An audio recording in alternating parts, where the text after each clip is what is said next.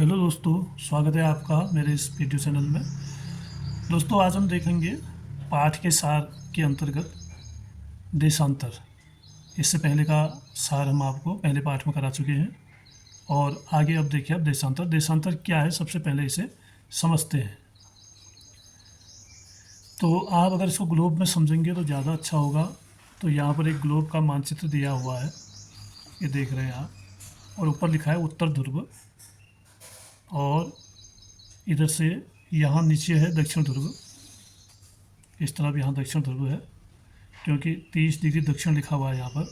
यानी जो ये विषुवत रेखा है, इससे ऊपर के भाग को उत्तरी गोलार्ध और इससे नीचे के भाग को कहते हैं दक्षिणी गोलार्ध।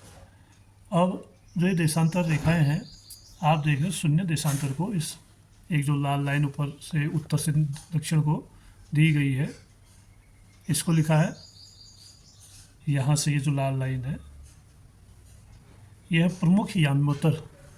प्रमुख याम्योत्तर का मतलब है जो जिससे हमारा समय निश्चित होता है। सबसे प्रमुख याम्योत्तर ये है, सारी दुनिया का समय जहाँ से निर्धारित होता है। ये यहाँ पर ग्रीनिच से होकर जाती है। यहाँ पर है इंग्लैंड और यहाँ पर लंदन शहर है। तो इसी के इस लंदन के अंदर जो शहर है ग्रीनिच, उससे होकर ये लाइन जाती है। तो इस लाइन के ही अनुसार सारी दुनिया का समय निर्धारित होता है। हालांकि सभी देशों का अपना अपना समय भी बाद में होता है, लेकिन समय इसके अनुसार ही तय होता है। अब यहाँ पर आपको ये हरी लाइनें ऐसे दिख रही होंगी, ये सारी जो हैं यही याम्योत्तर हैं, यानी यही देशांतर रेखाएं हैं सारी। तो उत्तरी ध्रुव से दक्षिण ध्रुव तक ये लाइनें हैं। ये उत्तरी ध्रुव है, यहाँ से इधर नीचे दक्षिण ध्रुव है, तो यहाँ से यहाँ तक ये लाइन जाती है।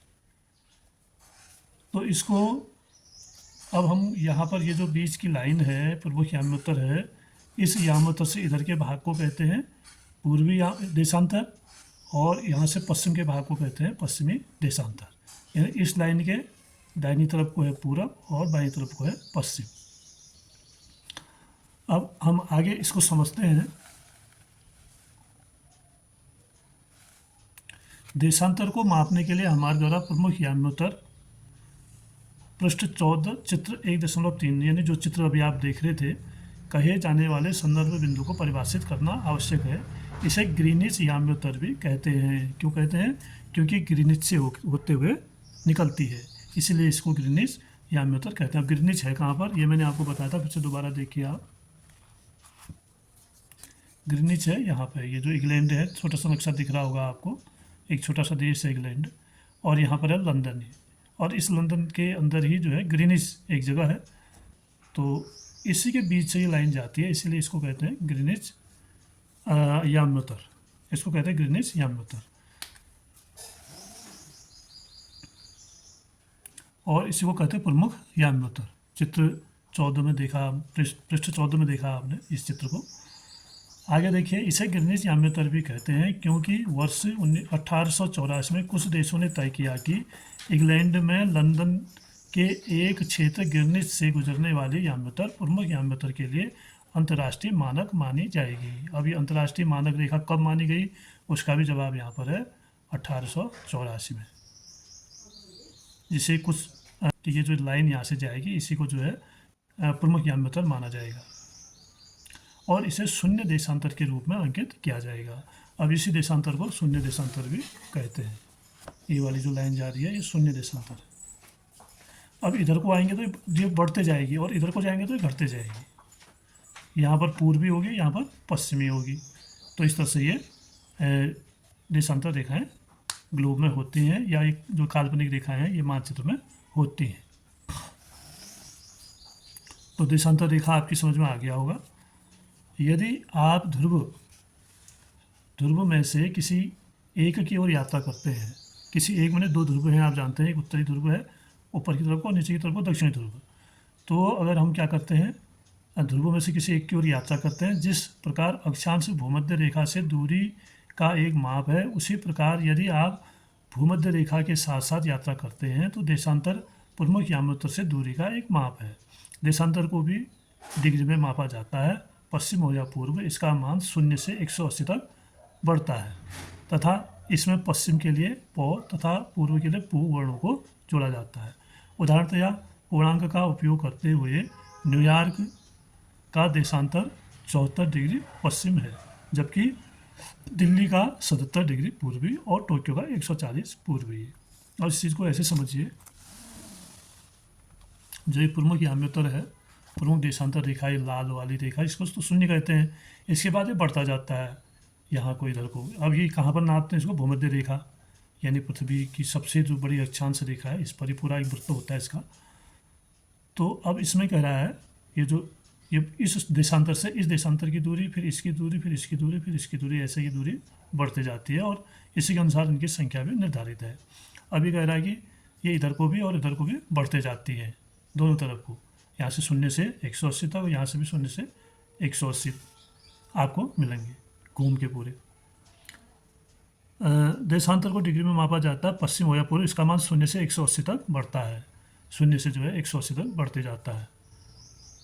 और अभी कह रहा है कि पूर्णांक का उपयोग करते हुए न्यूयॉर्क का देशांतर 74 डिग्री पश्चिमी है। अभी 0 है ना, तो न्यूयॉर्क यहाँ आता है अमेरिका में। ये वाली रेखा अगर है तो ये है, कह रहा है 74 डिग्री पश्चिमी, क्योंकि यहाँ से इधर को पश्चिमी कहते हैं और इससे इधर को पूर्व कहते हैं। अब दिल्ली कहाँ पर है? कह रहा है 77 पूर्वी। ये दिल्ली यहाँ पर है, ये वाली लाइन है, तो इसको कहेंगे 70 पूर्वी। करीब यहाँ पर जो लाइन आएगी उसको कहेंगे 70 पूर्वी। तो इस लाइन से इधर को पूर्वी देशांतर और इधर को पश्चिमी देशांतर। तो दोस्तों इसके बाद फिर आता है निर्देशांक। अब निर्देशांक क्या है उसको भी हम समझ लेते हैं।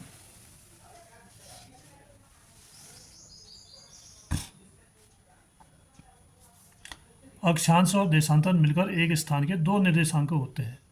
अक्षांश और देशांतर, क्योंकि दोनों किसी स्थान की स्थिति को बताते हैं, इसलिए वो निर्देशांक कहे गए हैं। तो दोनों का निर्देशांक अगर हमें पता है तो हम ये पता कर सकते हैं कि यह स्थान कहाँ पर स्थित है। इनके साथ आप अब पृथ्वी पर किसी स्थान का पता लगाने में सक्षम हैं। इस प्रकार जब यह कहा जाता है कि दिल्ली 29 डिग्री उत्तर अक्षांश और 77 डिग्री पूर्वी देशांतर पर स्थित है, तो इसे आप भली भांति समझ सकते हैं। यद्यपि यह डिग्री आनुमानिक रूप से पूर्ण है, किंतु सटीक नहीं है। अब अगर हमें ये कहा जाए कि दिल्ली जो है वो 29 डिग्री उत्तरी, अब 29 डिग्री उत्तरी कैसे हम पता करेंगे? अब ये 0 है, तो यहाँ से अगर उत्तरी कहा गया है, दक्षिणी कहा गया, तो इसका मतलब अक्षांश की बात हो रही है। अब 29 डिग्री उत्तरी, तो अगर हम इसको 0 मानते हैं और यहाँ पर 30 है, ये वाला 30 है, तो इससे थोड़ा नीचे, यानी देखो यहाँ पर आ रहा है 29 डिग्री उत्तरी हो गया। और 77 डिग्री पूर्वी, अब 77 डिग्री पूर्वी का मतलब है कि यहाँ से इधर को हम बढ़ेंगे। पूर्वी का मतलब हुआ देशांतर, यहाँ पर 30 है, यहाँ 60 है, यहाँ 90 है, तो यहाँ 70 होगा, यहाँ 77 होगा करीबी। यहाँ से जो लाइन जाएगी ऐसे करके, और यहाँ से जो लाइन यहाँ पर कटेंगी वो ठीक दिल्ली के पास, तो ये जहाँ पर कटती है ना वही स्थान दिल्ली का है। यानी ऐसे खड़ी करके आएंगे देशांतर और ऐसे करके आएंगे अक्षांश। तो अक्षांश भी देशांतर भी आपको दे दिया है। आप उस लाइन को ऐसे खींचेंगे, देशांतर को देखेंगे, यहाँ से अक्षांश को देखेंगे, जहाँ पर कट रहा है ना वही बिंदु जो है दिल्ली होगा। अब आप गोलार्धों को समझिए। यहाँ पर गोलार्ध दिए गए हैं, ग्रीनिच याम्योत्तर दी गई है। अब ये गोलार्ध पृथ्वी को दो हिस्सों में बांटते हैं अक्षांश रेखा। तो जो ये अक्षांश रेखा है, ये वाली लाइन आपको दिख रही है, भूमध्य रेखा लिखा हुआ है, ये हमारी पृथ्वी को दो भागों में बांटती है, एक ऊपर का भाग, एक नीचे का भाग। तो ऊपर के भाग को कहते हैं ये वाला है उत्तरी गोलार्ध, और नीचे वाले भाग को कहते हैं दक्षिणी गोलार्ध। और अब ये जो देशांतर रेखा है ये भी दो भागों में बांटती है, एक इधर का, एक इधर का। ये यहाँ पर दिख रहा है, एक इधर है, एक इधर है, मतलब गोले को दो भागों में विभाजित कर दिया। गोले का अर्ध हो गया गोलार्ध। ये आ गया पूर्व का गोलार्ध, ये वाला भाग जिसमें हमारा देश भी आता है, और ये पश्चिमी गोलार्ध जिसमें अमेरिका आता है, और भी अन्य कई देश आते हैं। तो इस तरह से पृथ्वी देशांतर के द्वारा भी दो भागों में बांटी गई है और अक्षांश के द्वारा भी दो भागों में बांटी गई है। जो प्रमुख देशांतर 0 है वो इसको बांटती है पूर्वी पश्चिमी गोलार्ध में, और जो प्रमुख अक्षांश है 0 अक्षांश वो बांटती है उत्तरी और दक्षिणी गोलार्ध में। अब यहाँ पर आपको दिख रहा है भारत का नक्शा। ये प्राचीन भारत का है। तो यहाँ पर जो क्षेत्र आप देख रहे हैं इसमें कुछ बातें हमें बताई गई हैं ये कह रहा है कि उज्जैनी प्रमुख याम्योत्तर का प्राचीन खगोल विद्या में उपयोग किया जाता था। जो हमारी खगोल विद्या थी प्राचीन, ये जो उज्जैनी यहाँ पर आप देख रहे हैं, इसी लाइन का उपयोग करके समय निर्धारित किया जाता था उस समय। वृत्त से अंकित किए गए नगरों का खगोलीय ग्रंथों में उल्लेख किया गया है। जो हमारे खगोलीय ग्रंथ हैं उनमें इन जगहों के नाम दिए गए हैं जो इस याम्योत्तर पर हैं। नगरों के आधुनिक नाम उनके प्राचीन नामों के साथ दिए गए हैं। अब आधुनिक नाम भी है, प्राचीन नाम भी इसमें दिए गए हैं। पहले क्या नाम थे? इसको उज्जैनी, आजकल उज्जैन कहते हैं, और ये माहिष्मति, इसको महेश्वर कहते हैं। और ऐसे यहाँ पर रोहतक, और इधर है दिल्ली, और इधर कुरुक्षेत्र, और यहाँ है माल बंगाला नगर। तो इस तरह से ये जो लाइन जाती है, इसी से हमारे देश का समय पहले खगोल विद्या में लिया जाता था। अब भारत का एक और मानचित्र आप यहाँ पर देख रहे हैं। तो ये कह रहा है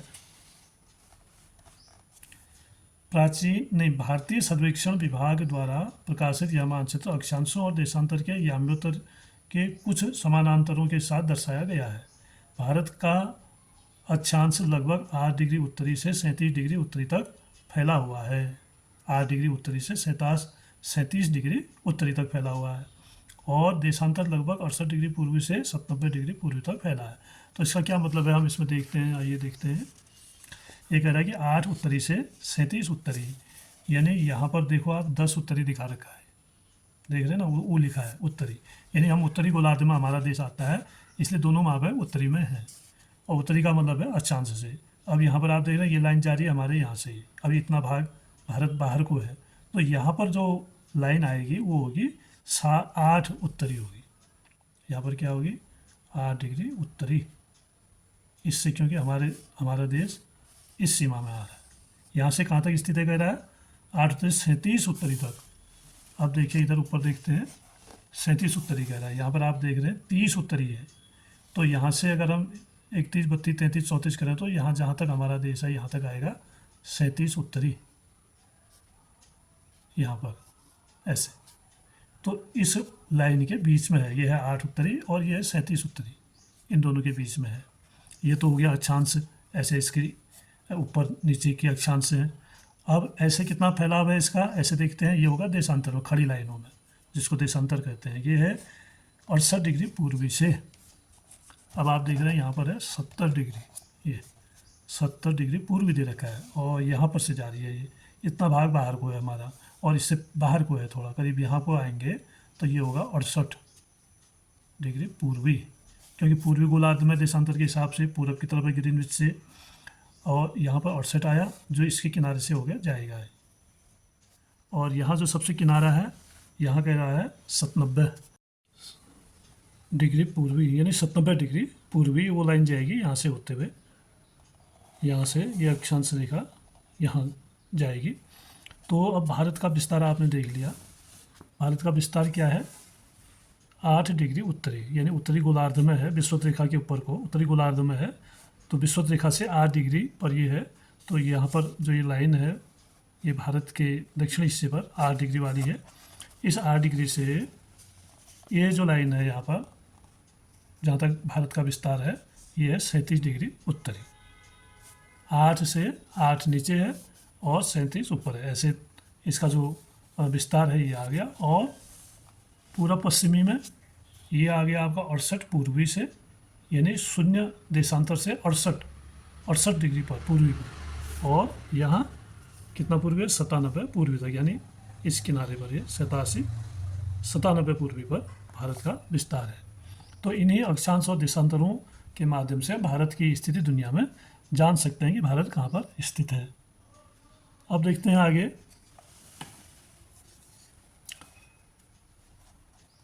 ये समय आपने देख लिया था, यानी हर 15 डिग्री पर जो है 1 घंटा बढ़ते जाता है। यहाँ पर अगर 12 बजे मध्याह्न है तो यहाँ पर 1 अपराह्न होगा, यहाँ पर 2 अपराह्न, यानी 2 बजा होगा अपराह्न का, यहाँ पर 3 बजा होगा। तो ऐसे ऐसे 1-1 घंटा इसमें बढ़ते जाएगा। अब पूरी दुनिया की स्थिति को समझने के लिए आप इस मानचित्र को देख सकते हैं। ये है दुनिया का मानचित्र।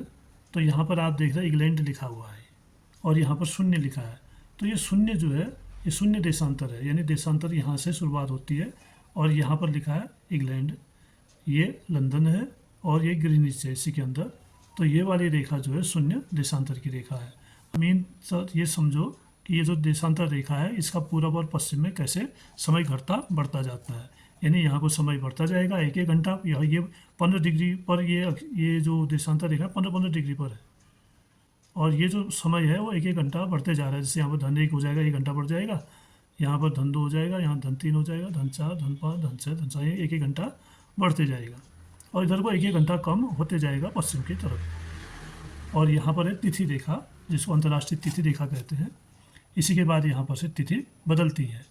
तो यहाँ पर देखो ऋण बार यहाँ से है, धन बार यहाँ से है, यानी पृथ्वी गोल है ना, यहाँ से ऐसे घुमा के करेंगे तो यहाँ पर धन बार आएगा और इधर पर आएगा इस तरफ से पश्चिम की तरफ जाने से यहाँ पर आएगा ऋण बार।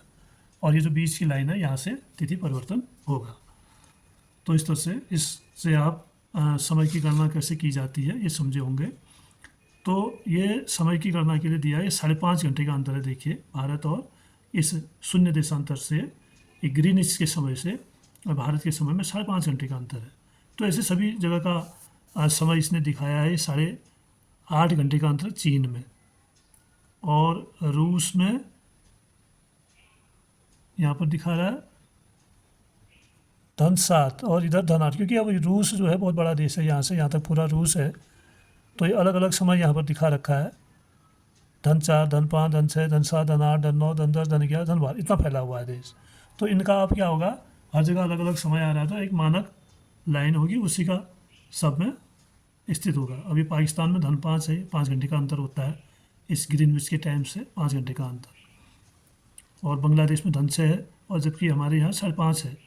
अभी भारत की अपनी मानक रेखा है, उस मानक रेखा का समय के हिसाब से पूरे देश का समय निर्धारित होता है। ऑस्ट्रेलिया है, ऑस्ट्रेलिया का यहाँ पर धन 8 है, यहाँ पर धन 9 है, यहाँ पर धन 10 है। अब बीच की इनकी अपनी एक मानक रेखा होगी, समय टाइम जोन जिसको कहते हैं, तो उसी के अनुसार पूरे महाद्वीप का समय होगा। इसी बात को इस ग्लोब में और स्पष्ट रूप से समझाया गया है। आप देख रहे हैं भारत में 5.5 का धन 5.5, यानी पूरब की तरफ सब धन में होंगे ये, और उधर को अभी सब इधर ही के देश हैं, ये सब पूर्वी देश हैं, तो सब में धन में समय है। तो कहाँ कितने घंटे का अंतर है ग्रीनविच लाइन से यहाँ पर दिखाया गया। पाकिस्तान में धन 5 है और ईरान में धन 4.5 है।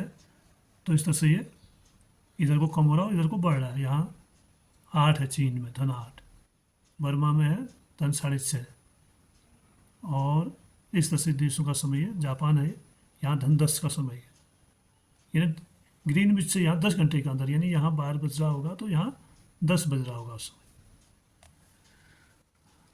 तो ये था इस पाठ का साथ। दोस्तों अगर आपको वीडियो अच्छी लगी, पाठ समझ में आया, तो आप इसको लाइक अवश्य करिएगा और चैनल को सब्सक्राइब करिए और अपने दोस्तों में शेयर भी इसको अवश्य करिए। तो आप इसको अच्छी तरह एक बार फिर से देख लें, समय में कितना अंतर होता है ग्रीनविच से, अलग अलग देशों में कितना अंतर है। तो दोस्तों आज का पाठ इसी के साथ समाप्त करते हैं। आप वीडियो में बने रहे, धन्यवाद। चैनल को अवश्य सब्सक्राइब करिएगा और अपने दोस्तों में शेयर भी करिएगा। धन्यवाद।